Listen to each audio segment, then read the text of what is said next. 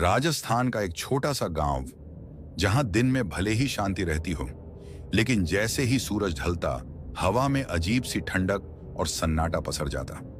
गांव वालों का कहना था कि गांव के बाहर बने पुराने किले जैसी हवेली में किसी अशुभ शक्ति का वास है। वह हवेली बरसों से वीरान खड़ी थी। टूटे दरवाजे, झूलती खिड़कियां, दीवारों पर मोटी काई और छत पर लटकते टूटे झूमर उसे और भयानक बना देते थे।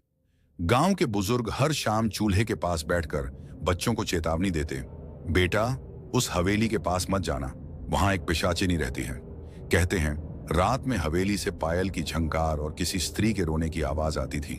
कई साहसी युवक उसका राज जानने गए, लेकिन वे कभी वापस नहीं लौटे।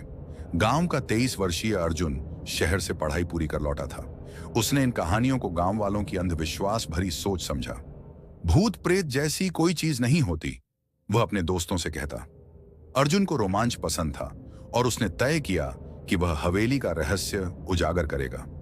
गांव के बुजुर्गों ने उसे रोका, बाबू अर्जुन, मत जा, यह खेल नहीं है।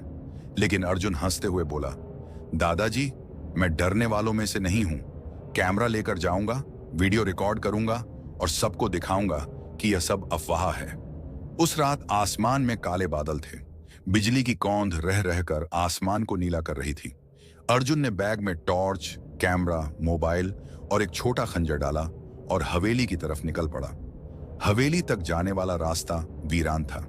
चारों तरफ सरसों और गेहूंओं के खेत हवा में लहरा रहे थे। झींगुरों की आवाज के बीच कभी कभी दूर से कुत्तों का भौंकना सुनाई देता। जैसे जैसे वह हवेली के पास पहुंचा, हवा और ठंडी होती गई। अर्जुन को अजीब सी गंध आई, सड़े खून जैसी। टूटा हुआ दरवाजा हवा के झोंके से छर्र छर्र कर रहा था। अर्जुन ने टॉर्च ऑन की ओर अंदर कदम रखा। अंदर घुप अंधेरा था। दीवारों पर पुराने जमींदारों की तस्वीरें टंगी थीं। उनकी आंखें ऐसी लग रही थीं मानो अंधेरे से उसे घूर रही हों। फर्श पर धूल की मोटी परत जमी थी। हर कदम के साथ धूल का बादल उठ रहा था। छत से मकड़ी के जाले लटक रहे थे। टूटी कुर्सियां और बिखरे फर्नीचर चारों तरफ पड़े थे। वाह, क्या हालत बना रखी है, अर्जुन ने कैमरे की ओर देखकर बुदबुदाया। वह वीडियो रिकॉर्ड कर रहा था और कह रहा था, देखो दोस्तों, यही है वो हवेली जिससे गांव वाले डरते हैं। ये सब बस कहानियां हैं। तभी अचानक उसे कानों में पायल की धीमी सी झंकार सुनाई दी। उसका दिल जोर से धड़कने लगा। उसने टॉर्च इधर उधर घुमाई, लेकिन कुछ नजर नहीं आया। जैसे ही उसने अगले कमरे की ओर कदम बढ़ाया, टॉर्च की रोशनी कमरे के कोने में अटक गई। वहां एक लंबी परछाई थी। धीरे धीरे वो परछाई और साफ हुई। एक औरत, सफेद लहंगे में, लंबे खुले बाल, चेहरा आधा घूंघट से ढका। उसकी आंखें अंगारों की तरह लाल चमक रही थीं।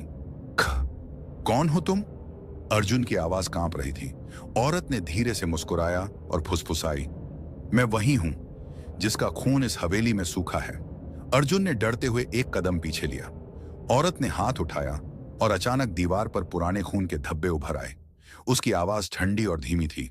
सालों पहले मैं इस हवेली की रानी थी, इस जमींदार की पत्नी, लेकिन उसने मुझे धोखा दिया। मेरी जवानी और सुंदरता के लिए उसने मुझसे शादी की और फिर एक रात मुझे मार डाला। उसने अपनी गर्दन पर हाथ रखा, जहां से खून के सूखे निशान अब भी दिख रहे थे।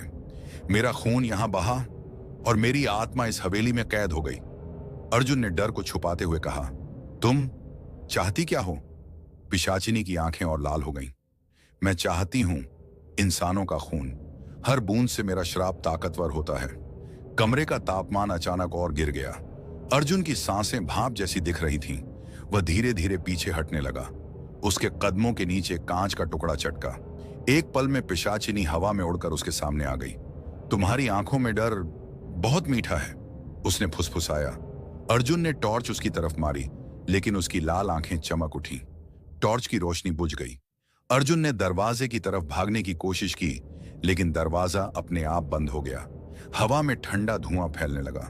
पिशाचिनी का चेहरा अब साफ दिख रहा था। उसके होंठों से खून टपक रहा था। दांत खंजर जैसे लंबे थे। जीभ सांप की तरह फिसल रही थी। उसने अर्जुन को गले से पकड़ लिया। उसकी पकड़ बर्फ जैसी ठंडी थी। तुम्हारा खून मुझे आजाद करेगा, उसने कहा और उसके दांत अर्जुन की गर्दन में गड़ा दिया। अर्जुन की चीख हवेली में गूंज उठी। फिर सब शांत हो गया। सुबह गांव वाले अर्जुन को ढूंढने निकले। हवेली का दरवाजा खुला था। अंदर सन्नाटा छाया हुआ था।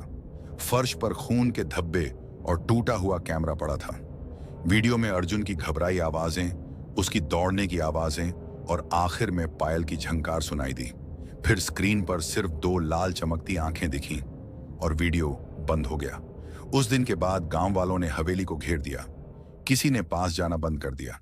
लेकिन हर अमावस्या की रात कोई ना कोई गायब होने लगा। कभी कोई चरवाहा, कभी कोई राहगीर, कभी कोई जिज्ञासु।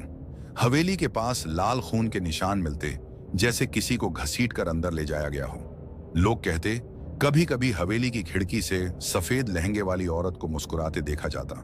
उसके होंठ खून से सने होते और रात को हवेली की ओर से आती है वही आवाज, कोई तो मुझे आजाद करो। गांव के बच्चे भी शाम होते ही घरों में बंद हो जाते हैं। गांव वालों के लिए वो हवेली अब सिर्फ एक खंडहर नहीं, बल्कि मौत का घर बन गई है। कहते हैं वो पिशाचिनी अब भी इंतजार कर रही है, किसी ऐसे इंसान का जो उसकी आत्मा को शांति दे सके, या फिर उसकी भूख को और बढ़ा दे।